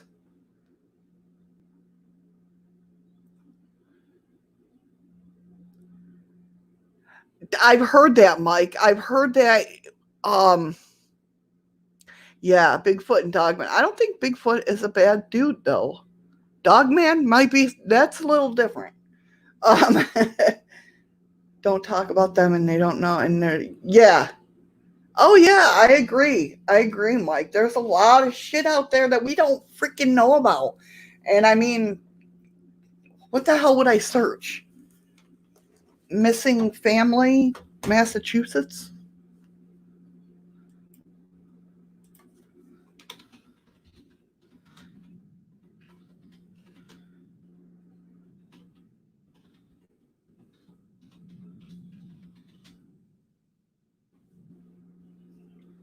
Missing family, Massachusetts.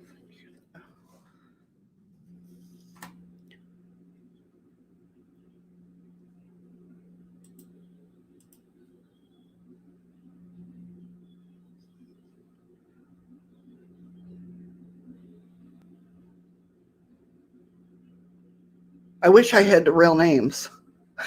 Mike's like, oh, no, that ain't.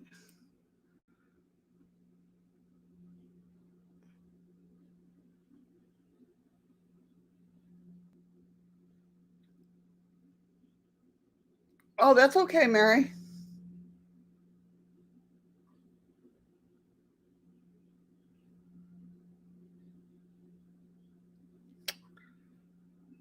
Missing family,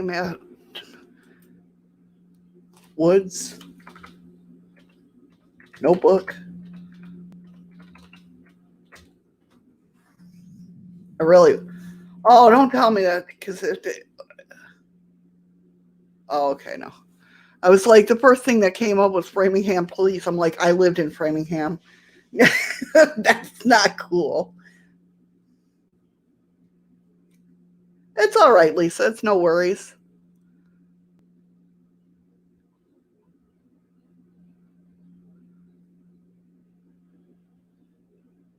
Oh,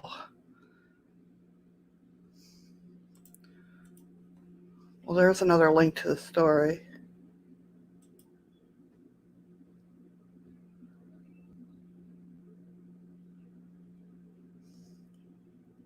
Yeah, it's archived. It is. Oh, never mind. I was reading some. All right. I watched one podcast done by a forest ranger that's retired. Does he have some freaky stories? I believe Ron. I believe it. I'm going to continue to research this, though. I am going to continue to research this. Obviously, there's, as of right now, there's no updates.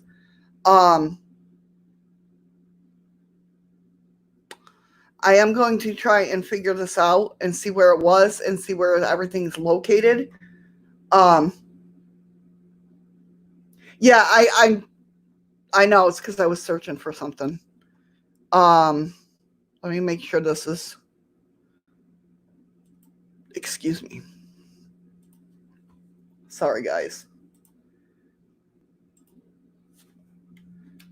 There's the link to it. Okay, good. I was hoping it came up as a link.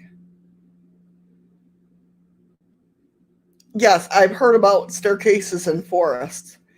And to be honest with you, I mean, I remember seeing a staircase when I was younger in a forest that I used to frequent. Well, not say forest. I don't. It wasn't a forest. It was woods. Um, but I know I always got freaked out by it because it's out of the ordinary, right? Um,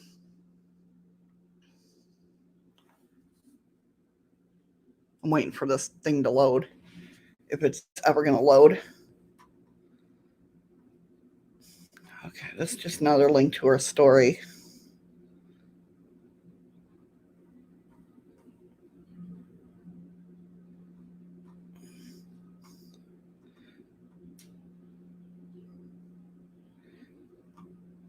Yeah.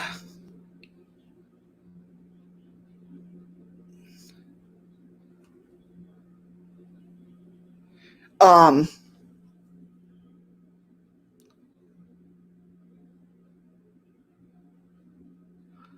that one don't have updates on it. But I'm definitely oh yeah, look under that for staircases.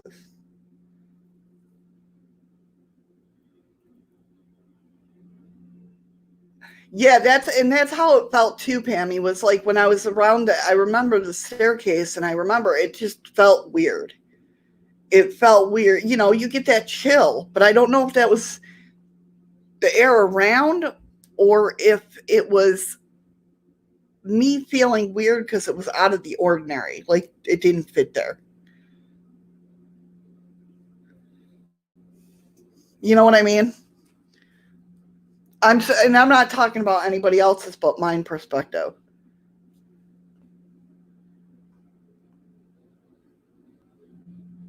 But I'm definitely going to follow up on this. But I have heard of people. Yeah, exactly. And who puts them there?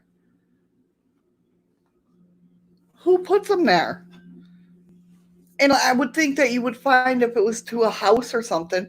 There's one in Pennsylvania. I know my husband was telling me about. There's one in Pennsylvania that leads. It goes down into the earth, and nobody knows why. Yeah, definitely your intuition. You always trust your intuition. But, you know, when you're young and a kid, you don't. This is before I got into my weird ways and wacky thinking. You know what I mean?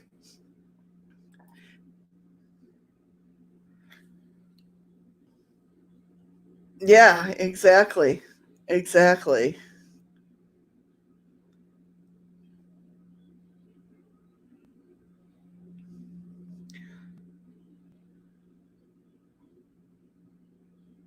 Either way, true or false, that was a damn good story and definitely got us talking, right? Um, I definitely, I am going to follow up. I'm going to research the hell out of the story now because now my interest is peaked. I definitely want to know. I mean, it said near, what did it say, near Pittsfield, Massachusetts.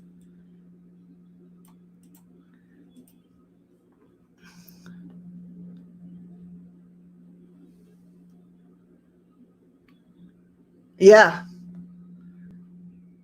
I've heard that, Mike. The Rangers won't even go near him. I don't blame them. I do not blame them one bit. Where is Pittsfield?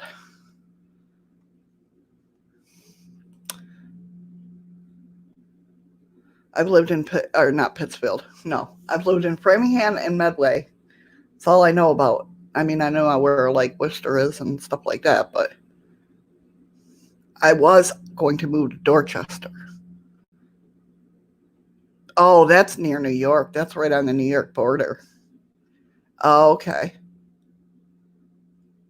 Yeah, it's right on the New York. So I'm assuming the closest forest to them was Green Mountain National Forest. Didn't they say that in the thing?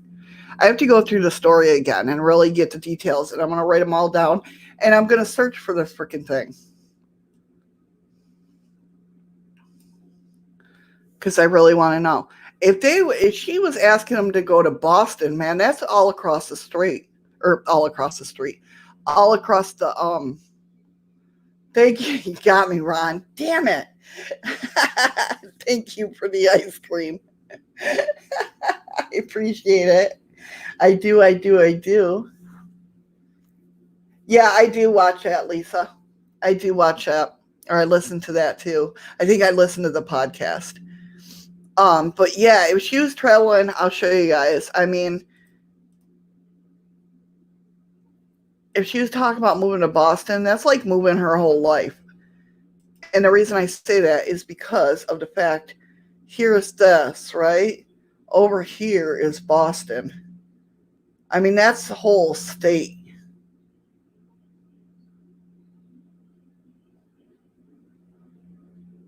Oh, see, I love walking in woods. I love being out there in the woods.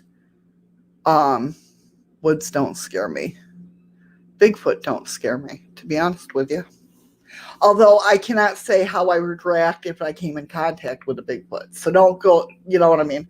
Don't get me wrong there. So, I mean, that's packing up. Like Framingham is somewhere in here. And Medway's down here somewhere, I think. Like right in here. That's where I used to live. But I mean, that's a long trip to move from here to Boston area. Like she wants to get, you might as well go to New York, go to Albany. Why not? Right? That's crazy though. It's crazy.